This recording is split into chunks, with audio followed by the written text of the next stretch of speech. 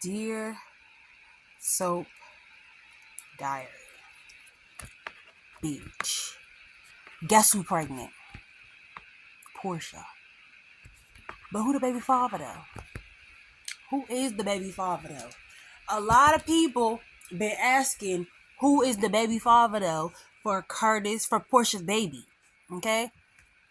There's been some conversation. People are saying, "Oh, Isaiah is the baby father for Portia baby, right?" But I don't think he is. I think that, well, of course, I think it's a 50-50 between Curtis and Portia. Curtis and Portia, Lord. It's a 50-50 between Curtis and Isaiah. Okay, because she slept with Curtis, and then literally they got a call saying Aunt Stella was arrested, going to jail. So they left there and went to the hospital, and then they asked Curtis about like his whereabouts or whatever, and he mentioned he was with Jordan. It was either the next day, probably the next day or the same night. Yeah. No, she was like, it's you want to be with Jordan, like she's the person that you call on or some crap like that. And then the next day, when they asked him for his whereabouts, he said he was with Jordan at the bar, and that's when she was like, I'm done with you. This marriage is over. So there was a 24-hour period between when she slept with Curtis and when she slept with Isaiah. So both of them could be the father. It's a 50-50 chance. And my intro, that came from, those videos that should be like, back in 2012. I don't know if, well, you guys should have been, at least alive in 2012. And when they were like, shit DC people say, shit Chicago girls say, or shit Spanish girls say, or shit black girls say. So that's where I got that intro from. Hear me out. I'm gonna let y'all listen to it because I love y'all.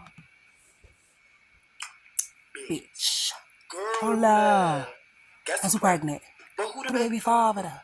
Girl, we about to go up. So we don't even know who the baby father is.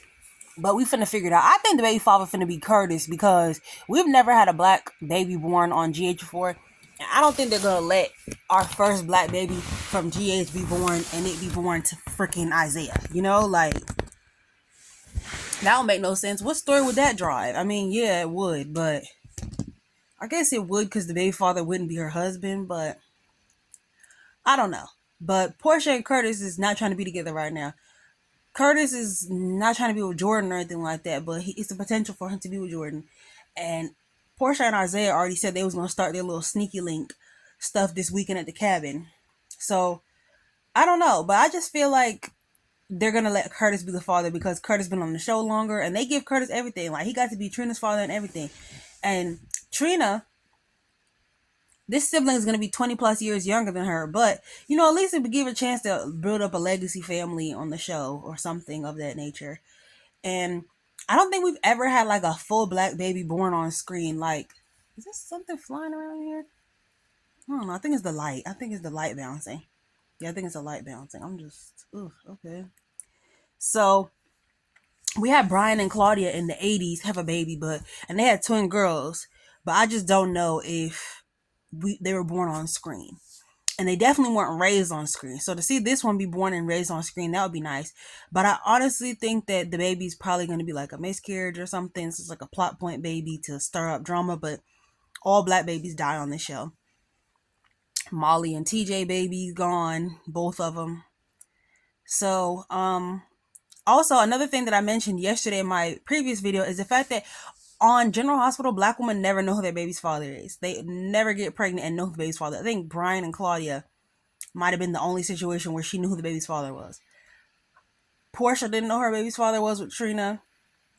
Jordan didn't know who her baby's father was with TJ.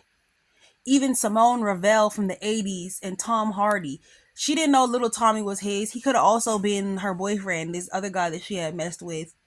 Her side dude, her one night stand that became a boyfriend or something like that. He could have been his too. So they never know who the baby's father is. And I'm kind of sick of it because, like I said yesterday, it's like that trope where black women are like over sexualized and, they're supposed to be promiscuous and they don't know who their baby's dad is because they're always sleeping around. And I don't like that because no black woman on this show ever knew who her baby's dad was. Speaking of baby's dad, child, it was a battle of the baby daddies today because Isaiah decided that he was going to confront Curtis for no reason. Like, He low-key just made the situation hot because now Curtis got his eye on him. Because why are you stepping in my face? Why are you stepping in my business about my wife? You talking about my wife? My wife? Yeah, that's his wife at the end of the day. Like, let it go. And I don't know if Curtis and Portia are even gonna like divorce after this, because the look on their faces, the look in their eyes when they look at each other, that knowing look, I don't know, it just gives Will and Jade a bad marriage for life. Like, they're just finna keep cheating and it's just finna be a bad marriage for life. Like, they're not about to leave each other alone just like that, even though they don't want to be with each other. It's just, I don't know, it works in its own weird way. And so Isaiah was like, he's gonna step to him, basically trying to like, oh, don't do this to don't do this to Portia. This is her workplace. Don't bother Drew. He's a high profile patient, and if anything happens, it's on you. Don't do this. Don't risk Portia's job for your own petty grievances. You just wanted to speak to him because you let Drew plant those stupid seeds in your head that Curtis is a bad guy, or that Curtis is a big bad, and he treats Portia mean. Please, Portia's over here cheating with you. You should have nothing to say to that man. Because now you're making it hot, and Curtis got his eye on you. He's like, what's up with that dude?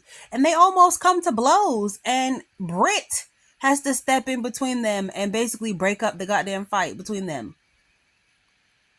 So, yeah. Everything else in the episode, Cheryl, please. No, I'm joking. Let's see if we can get into whatever it is on our plate. So, yeah, Portia takes a pregnancy test and she finds out that she's pregnant. You know, she has that conversation with Elizabeth, like, oh, I'm feeling woozy. I haven't eaten anything. And they're like, she gets her some coconut water, and she's like, I've never felt like this before, and all that. But Elizabeth's like, is it because you be pregnant? And she's like, no, I couldn't be pregnant. And then she's like, would it be so bad? And she's like, hell yeah, I wouldn't know who the baby daddy is. So she ends up, let me see.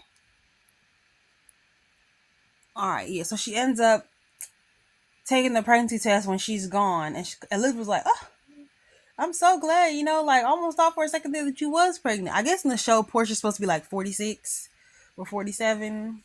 I don't know. So yeah, so Isaiah tells Curtis before he goes barging to see Drew, she considers his wife. Blah blah. So blah blah blah. Okay. She like, Isaiah, go back to work. Here are your scans. And Curtis, chill. Drew is high profile. You might want to chill. So yeah, Portia takes that pregnancy test shot and it's positive. And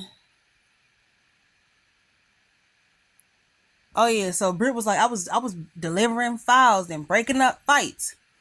So Curtis admits to Liz that Isaiah got in his face and got picking a fight with him about Drew. And she's like, because Liz is very nosy and she's always in somebody's business.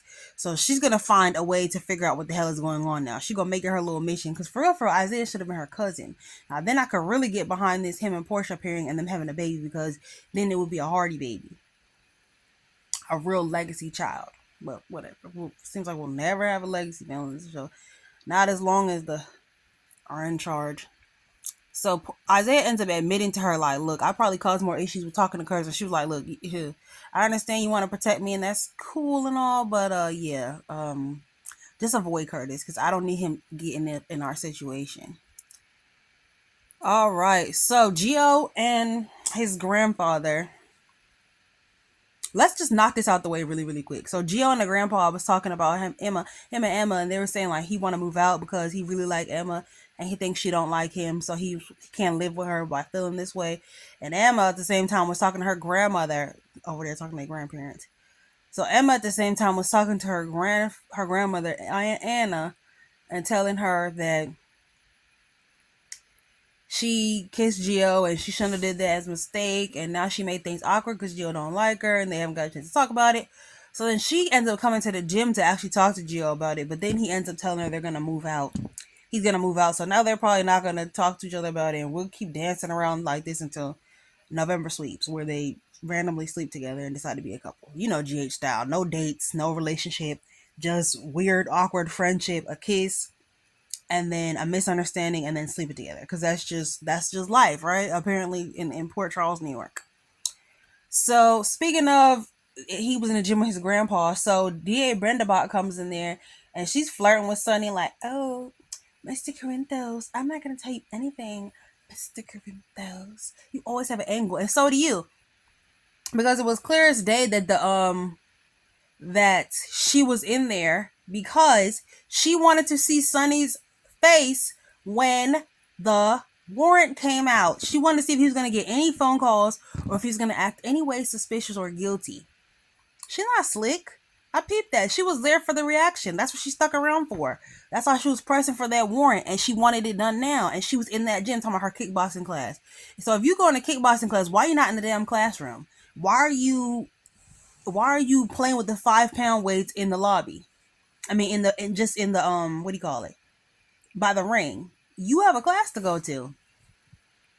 So speaking of that, we're gonna knock out Jocelyn. So Jocelyn was over there talking to her mother, and Jocelyn, basically Britt threatened Jocelyn that she was gonna tell her the truth about her situation. She was like, "What about what you owe me?" Like, "I don't owe you anything." Carly running off at the mouth. And then Jocelyn's like, "Actually, we do. Like, she saved my life so much. The hook would have got me if it wasn't for her. So, Ma, I think you should be better and stop trying to charge her rent." And she was like, "Okay." And the fact that Jocelyn sat at that table and had to tell her mother, like, "I'm not choosing her side," just shows you just how immature her mother is. That she would know that her mother would take that as choosing sides and picking her over me. Like, no, your daughter literally just called you out for being wrong. And you know you was wrong. Because when she sat her ass at that table, she ended up saying, like, I'm jealous. Yeah, we been knew she was jealous. You were jealous of her over Jason. Been jealous of her over Jason. Talking about you're gonna what? Talking about some, sorry y'all, my leg is itching. Yeah, the back of my leg is itching. Not my booty, but the back of my leg. So talking about how you're gonna charge her rent or whatever. I don't know where I was going. Sorry, y'all. A little ADD brain got distracted. Forgot what I was talking about. But she's like, I know you've been jealous of her. You've been jealous of her for a long time. She's like, something's different. Something happened when he went to Europe. Something happened. He's keeping something from me. He's not telling me. He didn't even tell me why he was going over there. He didn't even tell me that he was going. He went over there for her, and she knows she's not stupid. She knows he's rich and can take care of her. I just don't want her to get Jason and have him keeping secrets from me. Girl, it's Joss right there in your face that has him keeping secrets from you. Look at that. The truth right there in your face. Talking about their bond goes beyond friendship and they just trust each other so deeply. Well, he's sitting up in your face lying to you. And then she says something happened when he left the country to find Britt, but he won't tell her what. And Joss is like, this conversation get a little too close to home. I'm gonna leave, but I'll see you, Mama, at home. And so she goes to talk to Britt, like, I got the message loud and clear. What's up? What do you know? And she's like, well, thanks for keeping my secret. She's like, well, it won't be free. Okay. And she's like, what do you want? She's like, I want an all expenses paid Metro courtroom. Girl, ask for an apartment and ask for her to pay your rent for 2 months and then have Jason pay the rent for the rest of the month. All expense at a hotel. You are so lazy, girl. Cook your own dinner. But I guess she wanted room service. She always want to live in a goddamn hotel. Ask for an apartment. Ask her to rent you a place or let her, I don't know, get you one of her dad properties. But Jocelyn, girl, you got the money. Too bad, so sad. You finna have to pony up. Give her the cash, ho. So Carly and Sonny and them meet over at the bar at Bobby's with Alexis. Alexis don't even really go into the details, but long story short story long, Ronisha low-key won the respect of the Quartermains today when they came in there with that warrant, and Ronisha was like, oh, I need to read it. Let me get my reading glasses. And she sat there and was like, and they tried to say, like, she's buying us time. Here go Tracy. No, she's not. She's just a slow reader. That damn education system. I'm joking. She didn't say that, but that's what Tracy was acting like. Like, she's just a slow reader. She's broke and she came from a poor education system. Of course she's gonna read slow. So they actually stupid and let them know exactly what they're looking for. Oh, we're looking for a gun that belonged to Edward Quartermain and was used to shoot Drew. Okay, now when they block this goddamn warrant, then they're gonna go find the goddamn gun. So she's like, well, this is not. She's like, Michael, I guess the warrant is gonna go to you because you own the property. And she's like, actually, I'm the one, Veronisha Bard. I own the property. So they were like, okay. And she said, I'm Monica's sister. She's like, oh, since when? What you mean, since when? Since when they was born? Anna be in people's business too much, asking too many unnecessary questions. And the crazy part about it is she's like that in real life too, because when Ryan Pavey, who plays Nathan, spoke out about come back to GH, the way in which he said that girl who played that girl Anna or Finola Hughes questioned the hell out of him when he came on the set is like, girl, this is not your business. You know you're not Anna Devane in real life, right? You know you're not a police commissioner. You have no right to this man's business. Somehow, I thought you were dead. What are you doing back here? What happened? When did you get the job? What's your storyline? Why are you here? What party are you going to be playing, Nathan? What, like, you all in the man business. You could have just said, hey, how are you? Oh my God, it's so good to see you. You know, are you back? And he'd be like, oh, are you back for work? Oh my gosh, that's so good. Are you still playing Nathan? Yes. Oh, okay, good. I can't wait to see what you all in his business. Well, when did this happen? Since what? Like, no. She thinks she Anna Devane in real life, which is crazy. But, shout out to Finola Hughes. She's a nice one. I've been watching her since Charm way back when. But Anna was questioning Ronisha, talking about since when? What? So she's like, I've been getting that question a lot. So, Alexis contacts his parents and said, look, if y'all got any information, please use it now to protect y'all child. Because I'm going to protect Christina no matter what. And y'all need to protect Mikey. So Ned is like, she's buying us time. So Ronisha ends up finding the mistake in the warrant, which is like crazy because she's like, this is not for 66 Harborview Drive because I put in my GPS. It's for 65 Harborview Drive. So you can go across the street and ask them people if you can be in their house, but you can't be over here. And Ronisha was smart for that. And I'm like, okay, so low-key Ronisha won the respect of a lot of the Quartermains because Jason had questions. And it's something when Jason has something to say. So Jason's like, can you, tell us what it is? Why you and Monica been estranged for 50 plus years. And she's like, when I was 16, I finally got enough courage to go out of my foster family to go talk to her, and she was married. And she was a resident. How old was Monica at that time? How many years apart are y'all? Make it make sense. But for everybody yesterday, I saw on Twitter, everybody who's wondering how Martin knew that Drew wasn't in the will because he's his lawyer and Drew is in the hospital. So they would have contacted Drew or his lawyer to let them know he's in the will. Drew was not contacted, and his lawyer was probably contacted to let them know Drew is not in the will. Who wants to? Alexis can't even talk to her granddaughter. Why would she call Drew to tell him he's in the will or not? She probably would have called Martin or had one of her associates call Martin because she wants nothing to do with Drew. She probably laughed so hard when she realized he wasn't in the will. But Ronisha was in there playing shocked that she owned the house. We'll see. We'll see what she does. Because like I said, Ronisha's already at home now. So the storyline is over. She'll probably be gone before Thanksgiving. Ronisha be acting kind of nice sometimes, make you feel a little bit sorry for her. But seeing Vicky as a poor person is just very weird. It's giving back when she thought she was when she was working as a waitress at the Bonjour Cafe or something. I don't know. Back in them One Life to Live days. It's like Ricky. Vicky as a poor person don't even make no sense to me. It's just weird to see it. She plays poor weird. She plays poor a little too poor. Like she plays a little too well. I wonder if she was poor growing up. She plays poor a little too well. Anyway, I'm joking, but I do believe that Martin had the will change because they did say some stuff about Monica was using Edward's old lawyer who recently retired in May, and then they turned it over to Alexis to deal with now that the man is retired. But something about this feels weird. Talking about she changed it in January. Something about this feels off. I don't believe it. I don't believe it. I think Martin had something to do with it. I think he got somewhere, talked to some people, they greased some palms, they did some things. He may not have used any money, but Martin definitely had some sneaky way of getting this. Because I don't believe Monica really did it. I really don't. And leaving Tracy pickle Lila after she know how much that hurt her when Edward did it in 2012. I don't believe it. I do not believe Monica would have done something like this. But Ronisha's slowly earning the family's respect, child. She said that Monica and her fell out because Monica was an intern and she did not want no reminders of her old life. And maybe she didn't, because remember when she was around and, she had to confront the fact that she was SA'd by her adoptive or by her foster dad. She didn't want to connect that for a while, and she just stopped talking to Gil, So I could believe she would be stubborn enough to not talk to her sister. And she never talked about her past. That's just because the writers never gave a damn to look into her backstory. But I guess it worked out now in history, because now they're free to retcon as in playground. They're free to use the retcon playground. They're free to play in the retcon playground as long as they'd like.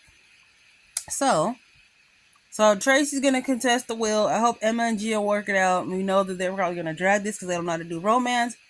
And I wonder who has the gun. I wonder if it's Willow. I think she still did it and she's gonna confess tomorrow, but we'll see. So with that being said, good night, y'all. Sincerely, Soap Diary.